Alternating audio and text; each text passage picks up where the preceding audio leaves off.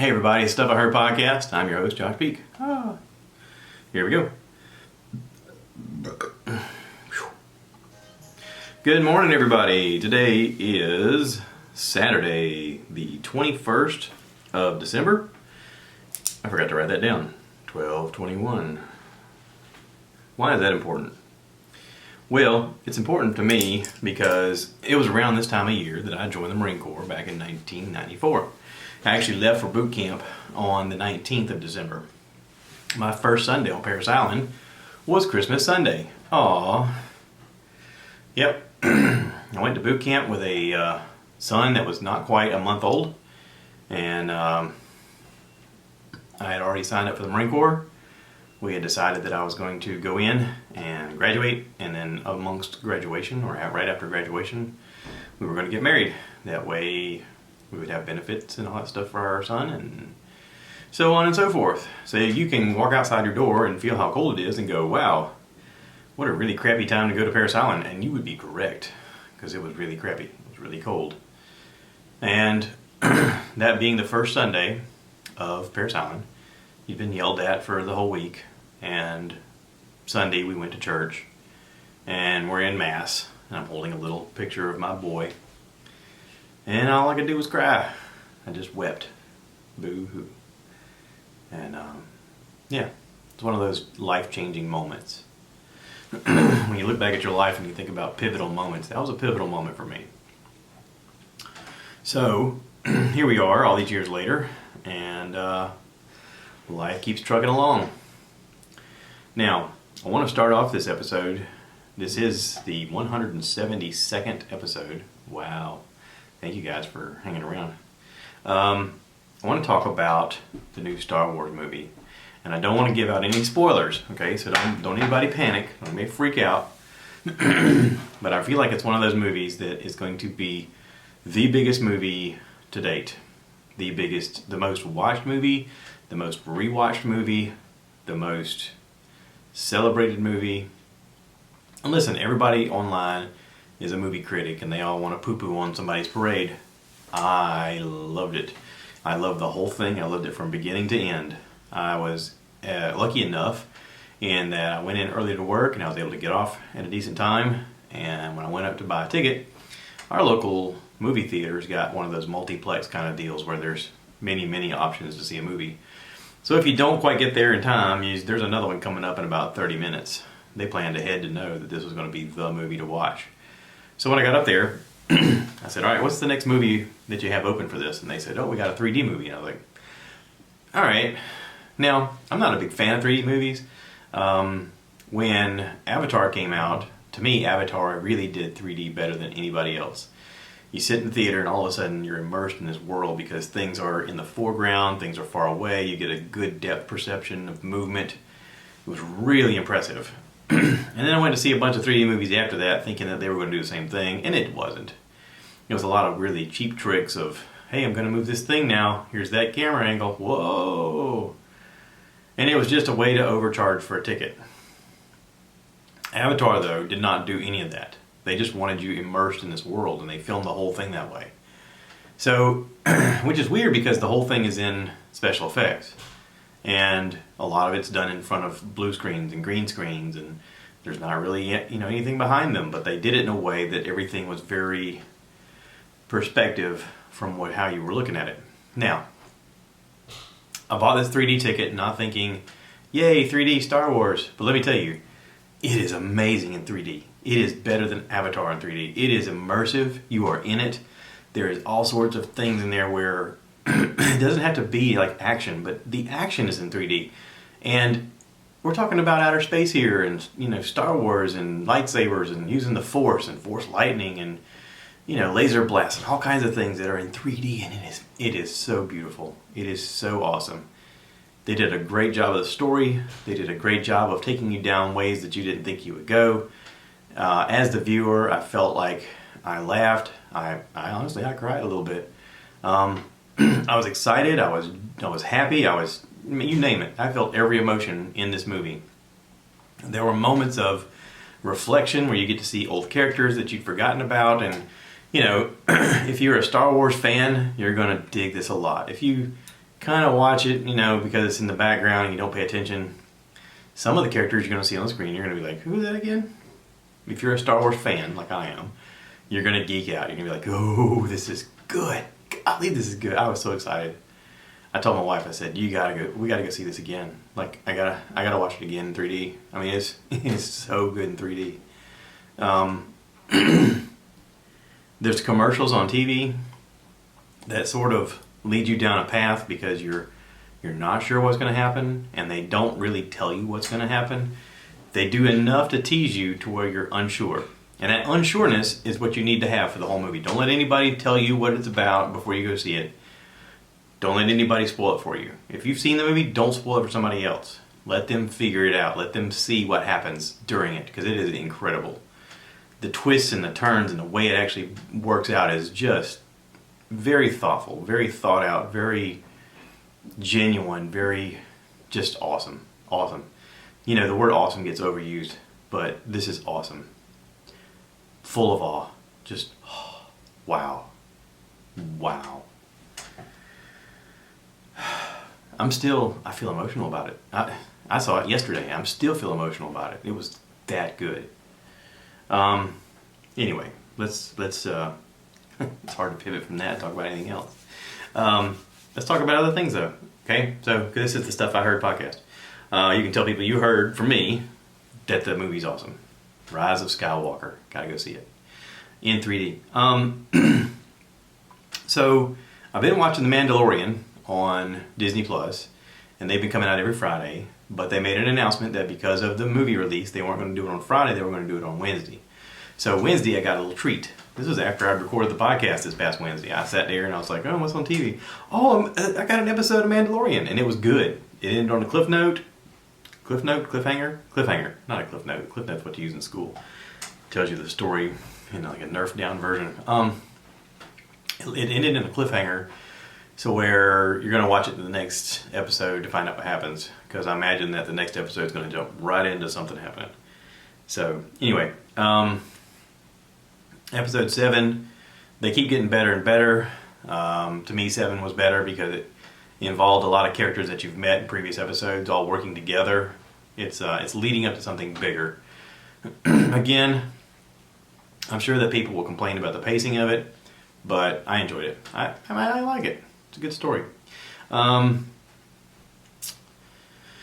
Let's talk a little bit about what I've been doing around here. I don't know if I mentioned it before, but I've been playing around with trying to get Bluetooth working off of my televisions. The problem is I have an old television and don't have the same hookups in the back. I bought this thing called Tautronics 5.0 Bluetooth receiver transmitter device, and I was concerned that it wasn't working, and I went through the process of problem solving it, and I figured out that my audio out on these TVs is through this weird squarish looking plug called a digital optical audio. Now, to me that translates into this is fiber optics, because it's got the word optical in it, right? I mean, I could be wrong, but anyway. I went online, watched some videos, and I kind of figured out that maybe I need a conversion box.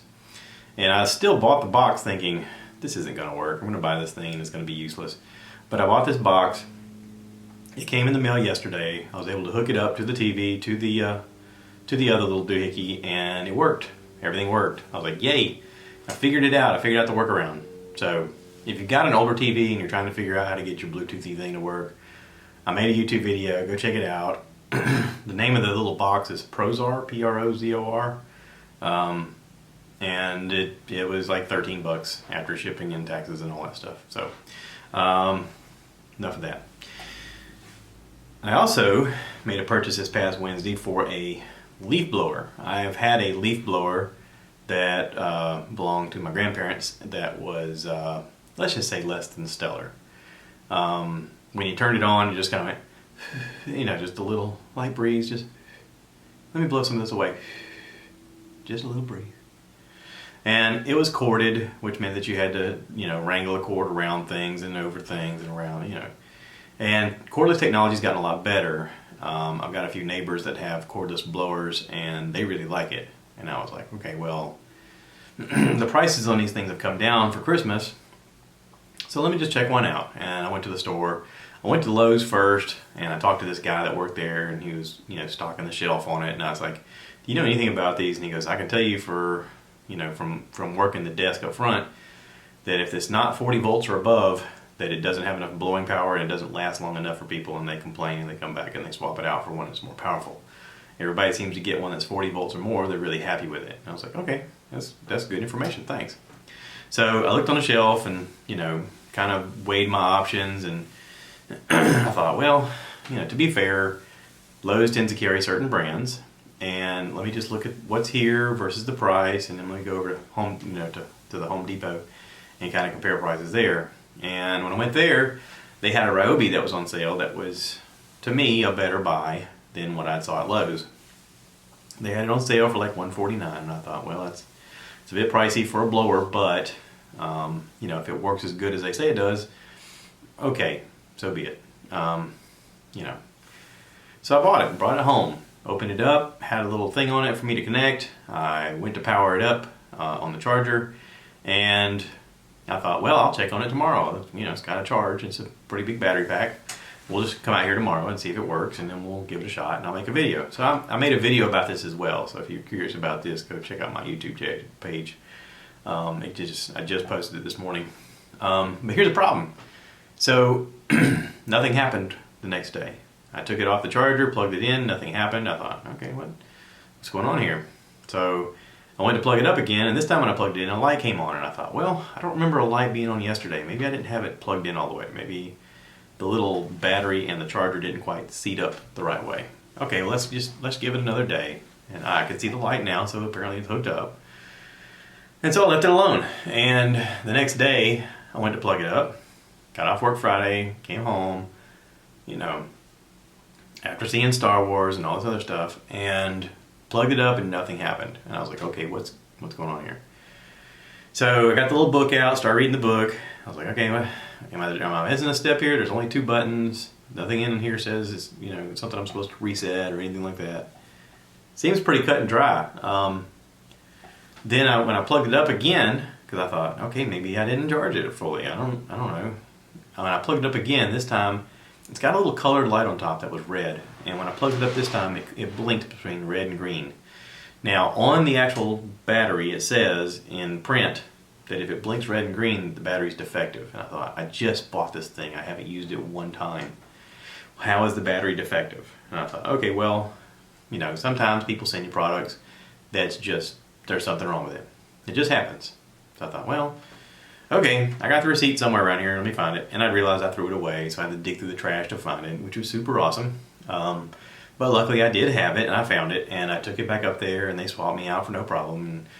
And I told the guy, I said, all right, now, I know the way this works sometimes is they make a batch that just, there's something wrong with the whole batch. I said, if I get this home and it doesn't work, and I'll bring it back and just go a different route. And he's like, sure. I was like, all right. So I came home, took the product out, plugged it in, and it started charging. And it gave me a green light this time, a green blinky light. And I read the little thing on the back and it said, green blinky light means it's charging. I was like, yay, it's charging. So I thought, all right, here we go. So all we got to do is just charge this thing and we're good to go. So this morning I got it out, got my wife to film me, and I used it, and it worked great. And it was really powerful and really quiet. And I thought, perfect. Yay. So anyway, I made all that video for you guys so you could watch it, just in case you're curious about it. And then you got something to go by. Okay?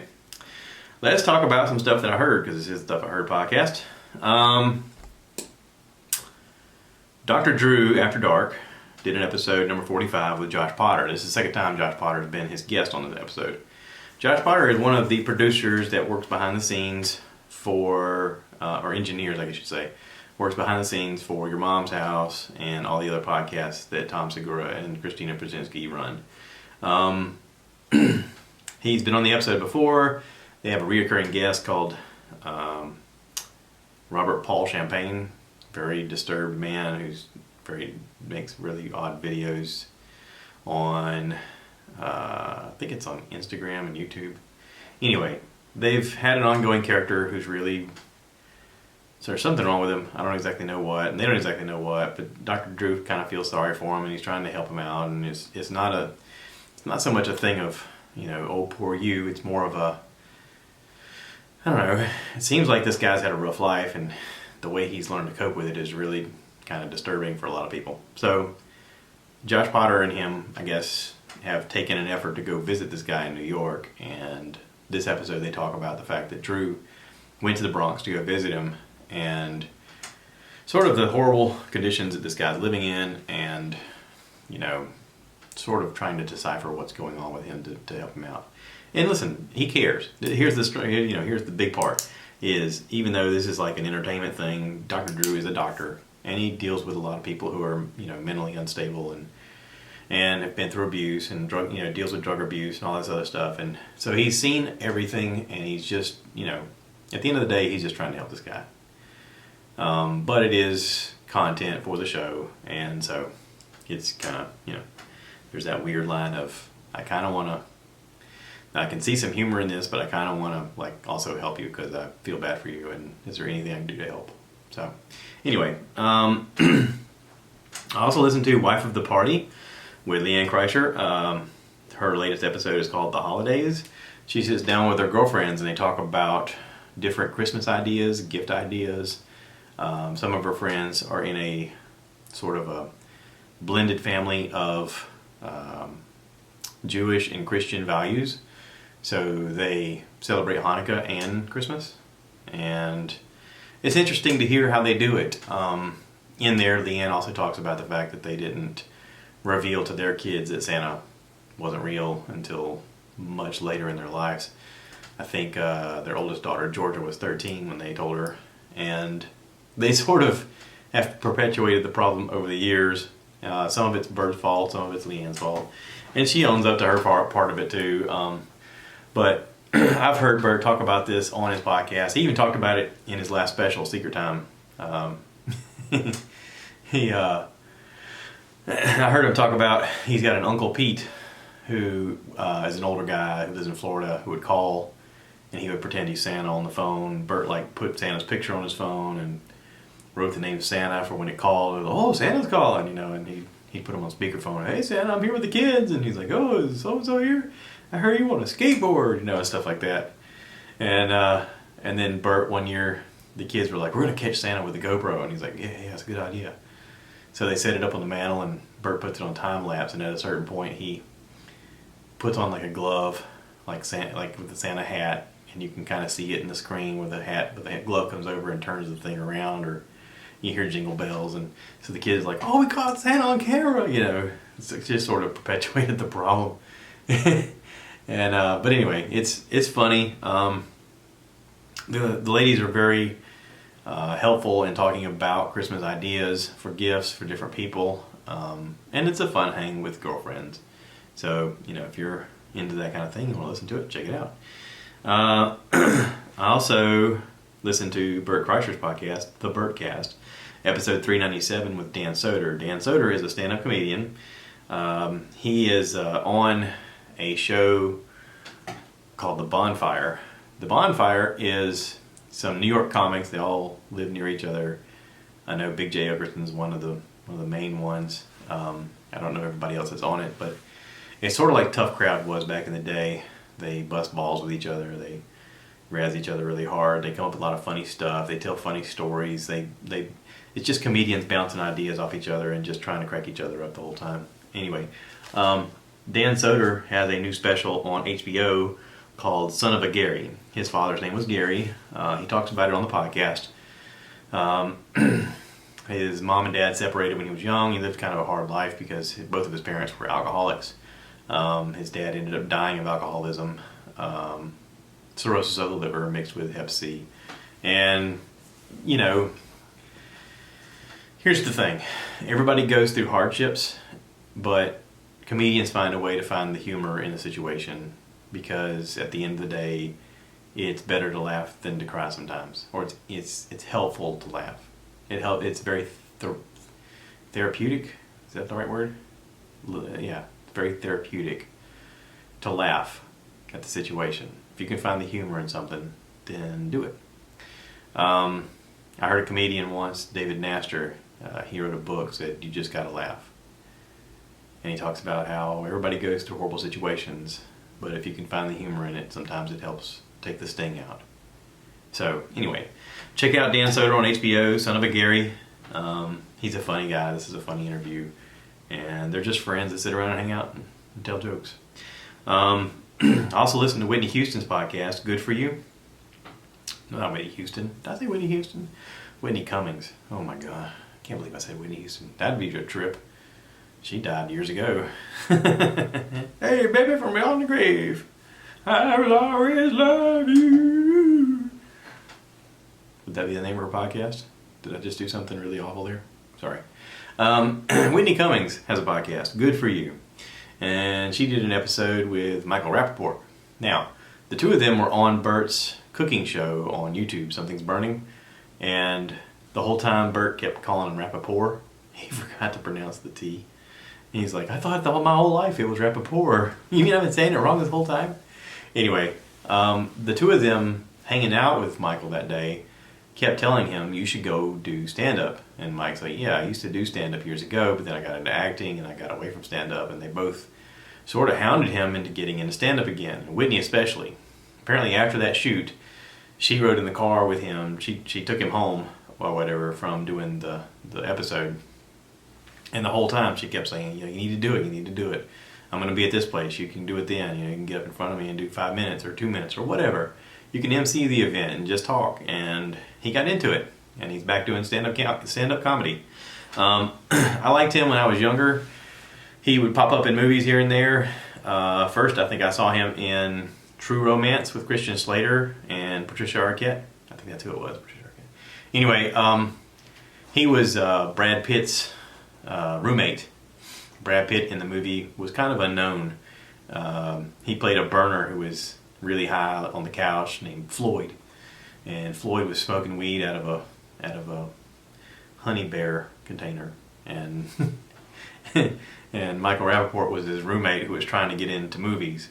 He was trying to book a TV show with William Shatner on T.J. Hooker. And anyway, it's a fun-filled, cast-filled mafia murder movie that I don't think could be redone today. It was just amazing, the actors that were in it. Everybody agreed to be in it. It was an all-star cast. It was an incredible story, and Patricia Arquette was hot back then. I mean, let's just face it, she's an older woman now, and she's put on a lot of weight. But back then, she was hot. And Christian Slater was a likable guy back then. I don't think he gets a lot of work now because he's got a reputation of being kind of a dick. But Michael Rappaport was good.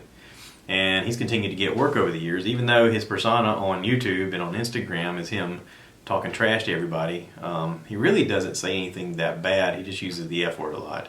But he's from Brooklyn. He's from New York. It's kind of the lingo. But he's funny, and he's on a show that I watch, and I talk about a good bit on here. Netflix, Atypical is the name of the show.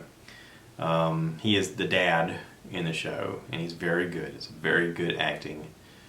Him and his wife are raising 2 kids. Their son is atypical. He has special needs. He's on the spectrum. He's having a hard time dealing with the reality of growing up in the world as a special needs kid. And they're his parents. And it's a good story. They don't focus so much on his disability, even though that comes up. Their focus more is on their family and their life. And, you know, this kid's moving forward with his life, trying to live a normal life. And as his dad, he's trying to treat him, you know, the way you should treat a kid when you have a special needs kid, or any kid for that matter. He plays a good dad in this, and he's kind of going through some rough stuff on his own. And it's good. So, check out Atypical on Netflix.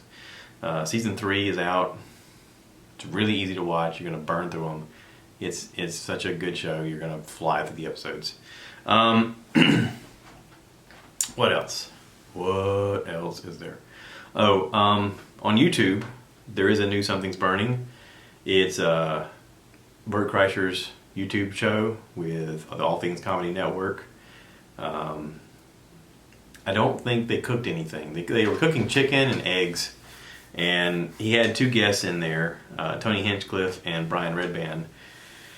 And Tony Hinchcliffe has a podcast and show also called Kill Tony, where basically he invites other comedians on the show and has an open mic session where new comics can try for 1 minute to do stand-up comedy. And it's their opportunity to let the world know who they are and to have world-class comedians sort of give them pointers along the way.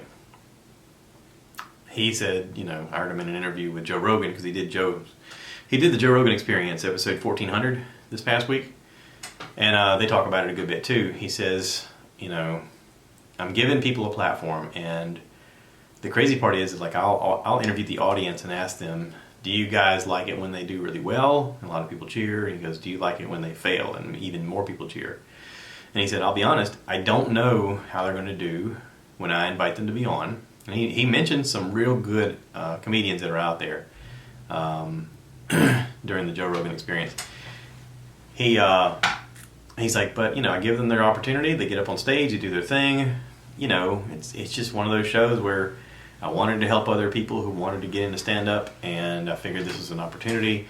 And it's really entertaining for me because he does a lot of roasts, and so I learn new tricks as well. It helps keep me fresh with my comedy, and at the same time, I'm giving somebody an opportunity to have a voice that maybe didn't get anybody to notice them before. And I'll have comedians on, they critique the people, they'll give them pointers along the way, and it's just about building community, which is great. On this Something's Burning, they do something where Tony's show has a live band, and he invites the entire band to be on there as well. And the train runs off the tracks at a certain point, and even Bert goes, this is kind of what I had envisioned when I thought of the show anyway. We would try to do something, and it might work, it might not, but who knows? We'll give it a shot. So anyway, it's a fun hang if you want to watch it and just kind of chill. This is a good episode. And that's it. I wrote down here the impeachment of Donald Trump / Tulsi Gabbard, and I didn't know if I even wanted to get into this. And I think I do. Hang on, let me do something technical here. Okay, so our president, I know right now people are going, I don't want to hear this. Our president, Donald Trump, is going through an impeachment process.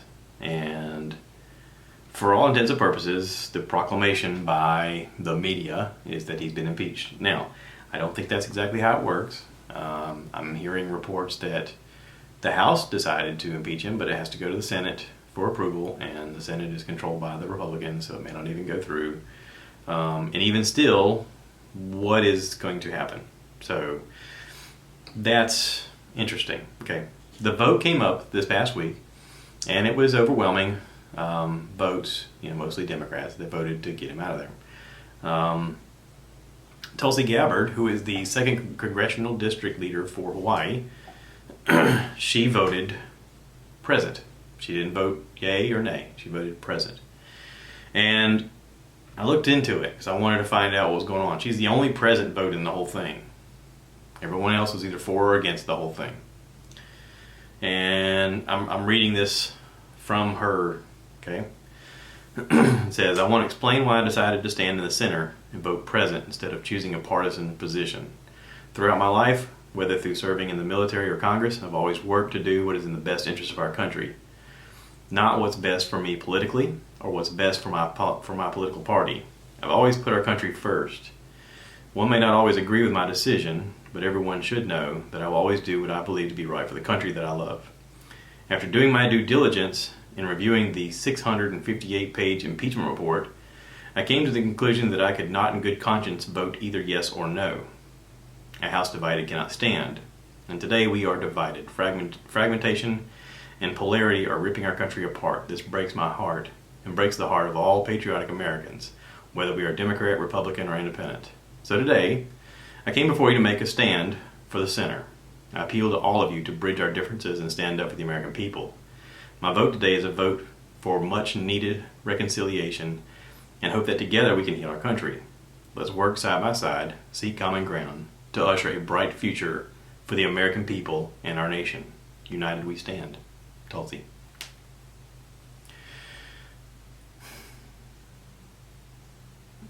That's all I got to say about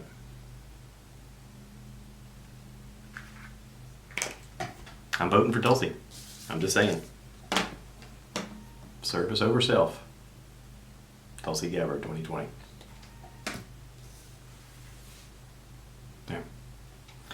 All right. That's it. Thank you for listening. Thank you for being part of this. Please rate, review, subscribe, be a part of this conversation. Check out my friends. Go check out No Cash on YouTube and Stuff I Kind of Care About. His podcast is up. Yeah, that's it. Special thank you to Micah Dubbin. I got your message about a VCR. Thank you, buddy. I appreciate it. Talk to Dad. He's going to possibly bring down a VCR from his house when he comes down, and we're going to try it that way. If it doesn't work, I will definitely get together with you about a VCR. I have ordered some shirts, by the way. I don't know if anybody's interested. I will put a link. I put a picture of it on my Instagram, so go to Stuff I Heard on Instagram, and you can see a picture. If you're interested, let me know. They're a little pricey right now. I'm working with somebody else to maybe do one a little bit cheaper. Right now they're just outrageous. These that I'm first coming out with may be some that I keep or just give to family. But anyway, let me know what you think. If you're interested, just drop me a line. Okay? All right, that's it. Y'all take care. Thanks for listening. And as always, cue the cow.